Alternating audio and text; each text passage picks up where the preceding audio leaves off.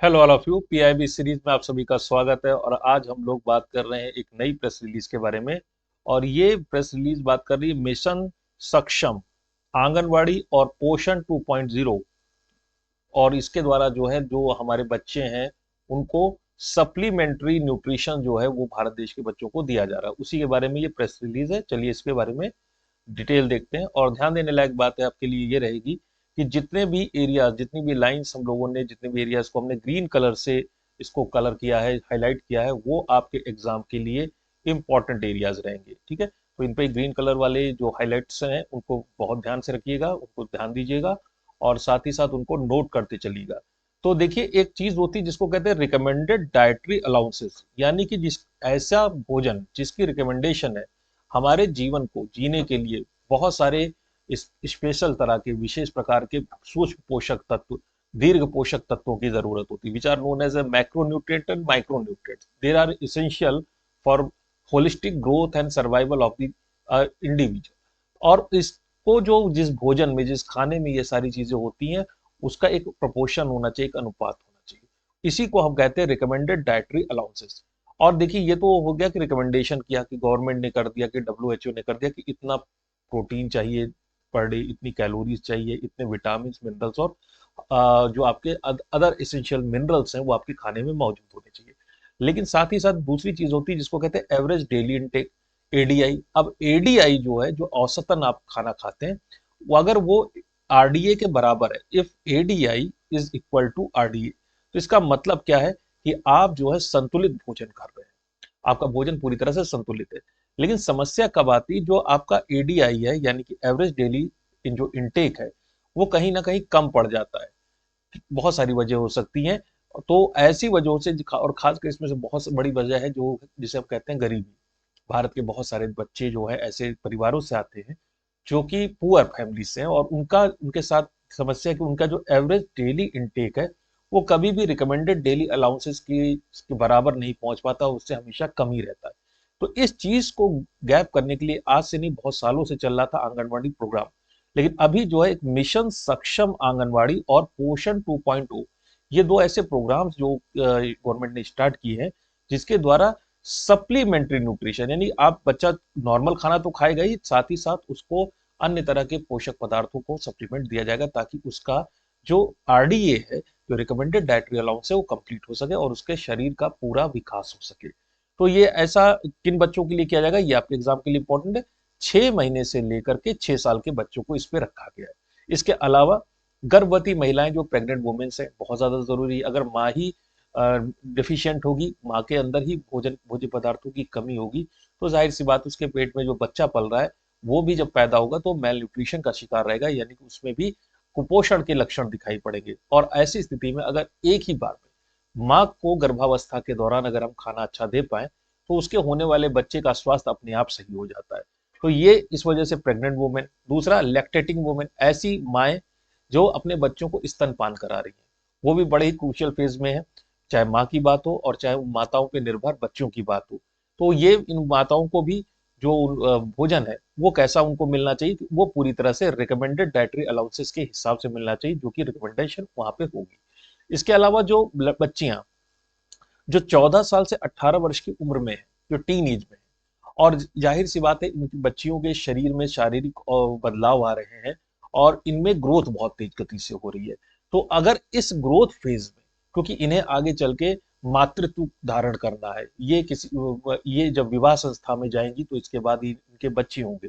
और अगर इस एज ग्रुप में जो कोई बच्ची है और उसका शरीर में कुपोषण का शिकार हो गई, तो उसका आने वाला जो पूरा जीवन है और उसके बच्चों का जीवन, दोनों में समस्याएं आ सकती है। तो 3 टारगेट ग्रुप्स हमने रखे हैं।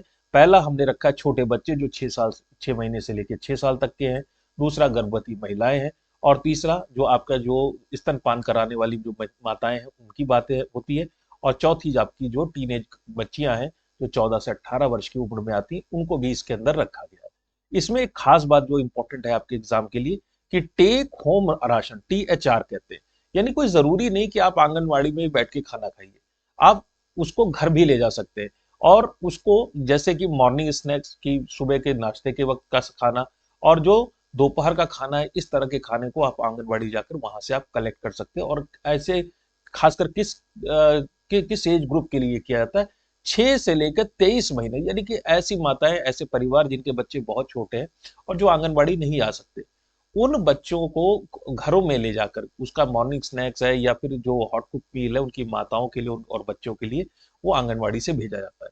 इसकी एक खास बात है कि आंगनबाड़ी सेंटर में जब ये लोग जाएंगे तो किसी ऐसे व्यक्ति को ना ये सामान मिल जाए जिसको इसकी जरूरत नहीं, जो लाभार्थी नहीं, जो बेनिफिशियरी नहीं है।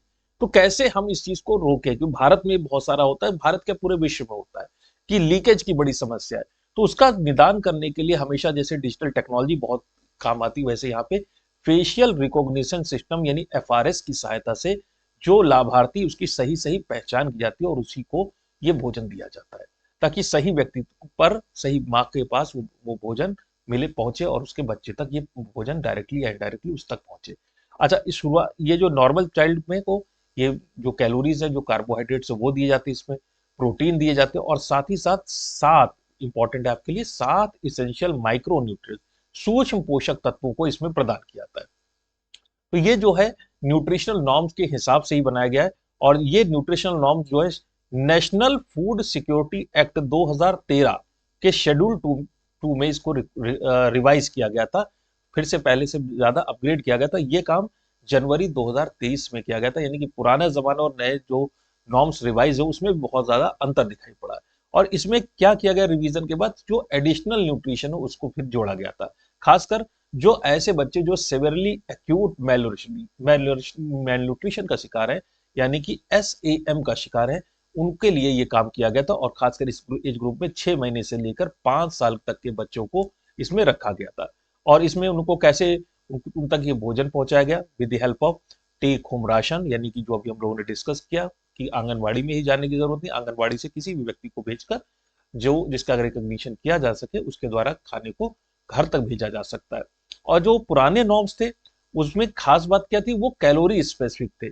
जो हम लोग तेंदुलकर कमेटी की बात करते हैं, तो तेंदुलकर कमेटी में भी हम लोग कहते हैं कि कैलोरी स्पेसिफिक हिसाब से, कैलोरी के आधार पर जो है तेंदुलकर कमेटी ने जो आपका गरीबी रेखा का निर्धारण किया था।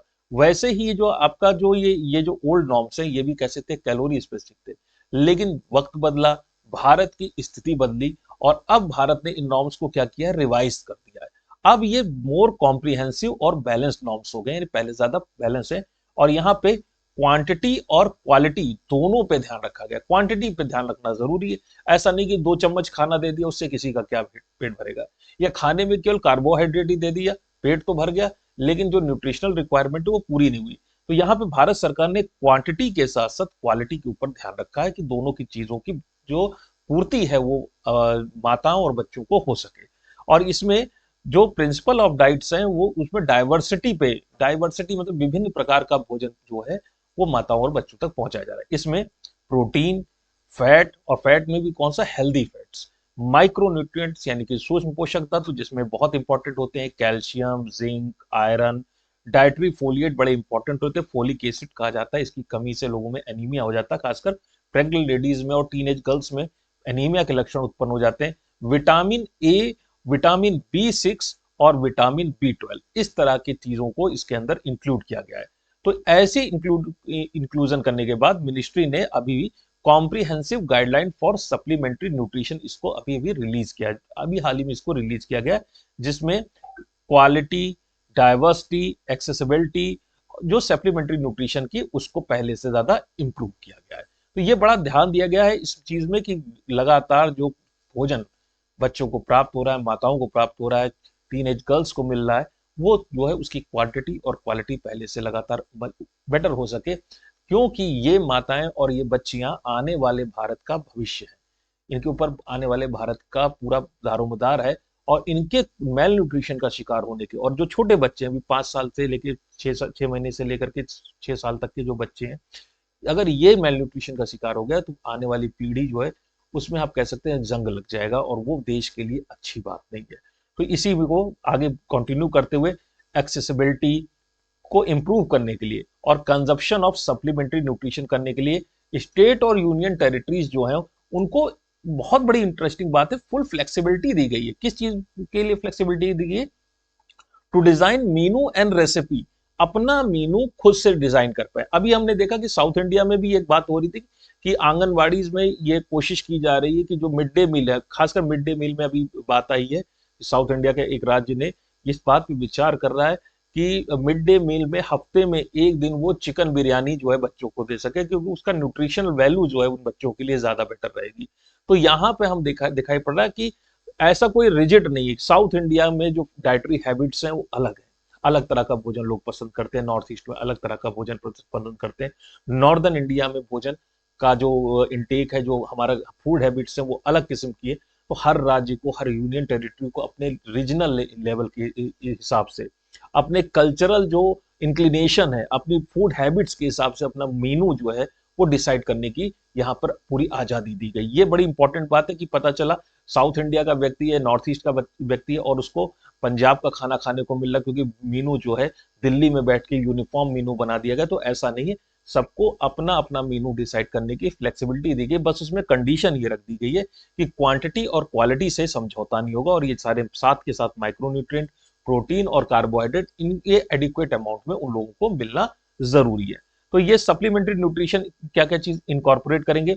लोकली अवेलेबल सीरियल्स, ये देखिए इंपॉर्टेंट चीज है कि जो आपके सीरियल्स है, जो मोटा अनाज है, जिसको हम कहते हैं it is very rich in fibres, it is very rich in protein, it is very rich in micronutrient, specially calcium, iron, इसमें जो है सीरियल्स जो है बहुत ज्यादा अच्छे, इनको सुपर फूड भी कहा जाता है। और सीरियल्स को उगाना आसान है, ये सस्ते होते हैं, लेकिन इनको सुपर फूड के रूप में बेचा जाता है। तो अब इनको भी आंगनवाड़ी के इस खाने में इसको इनकॉर्पोरेट किया जा रहा है। साथ ही साथ जो मिलेट्स हैं, पल्सेस हैं, वेजिटेबल्स, बड़ी इंपॉर्टेंट चीज है वेजिटेबल। भारत की एक बहुत बड़ी आबादी को वेजिटेबल्स, हरी सब्जियां नहीं मिल पाती हैं, इंपॉर्टेंट चीज है। नट्स को इंक्लूड किया गया है और अदर न्यूट्रिएंट रिच फूड जो है उनको इंक्लूड किया गया है, ताकि जो है वही बात है कि जो हमारे टारगेट ग्रुप है उसको किसी भी चीज की कमी ना हो। और इस तरह से dietary diversity, that is a very important point, dietary diversity, diet जो है वो ऐसा नहीं कि हफ्ते के सातों दिन एक ही जैसी होनी चाहिए या एक ही सोर्स से आनी चाहिए। उसमें वेजिटेरियन, नॉन वेजिटेरियन, एगिटेरियन, इस तरह से अलग अलग सोर्सेज, और प्लांट सोर्सेज में भी ये केवल नहीं कि जड़ ही खा रहे हैं, केवल उसमें जड़, तना, पत्ता, लेग्यूम्स, सीड्स, मिलेट्स, पल्सेस, हर तरह का जो हम कहते हैं रेनबो डाइट। तो यहाँ पर जो इन लोगों को, जो हमारा टारगेट ग्रुप है, जो मेल न्यूट्रिशन का शिकार है, उसको एक तरह से हम कह सकते हैं रेनबो डाइट देने की कोशिश की जा रही, ताकि उनका होलिस्टिक डेवलपमेंट हो सके। तो बड़ा ही अच्छा एक ये मिशन है हमारा, जिसका नाम है मिशन सक्षम आंगनवाड़ी और मिशन पोषण 2.0, जिसको गवर्नमेंट ऑफ इंडिया ने बहुत अच्छी तरह से इसको इंप्लीमेंट कर रही है और इसके लाभ आने शुरू हो चुके हैं। तो आज की इस पीआईबी के सेशन में यही तक मुलाकात रहेगी। सेशन आपको कैसा लगा कमेंट करके जरूर बताइएगा, और फिर आपसे मुलाकात करते हैं नेक्स्ट सेशन में। तब तक के लिए thank you all of you.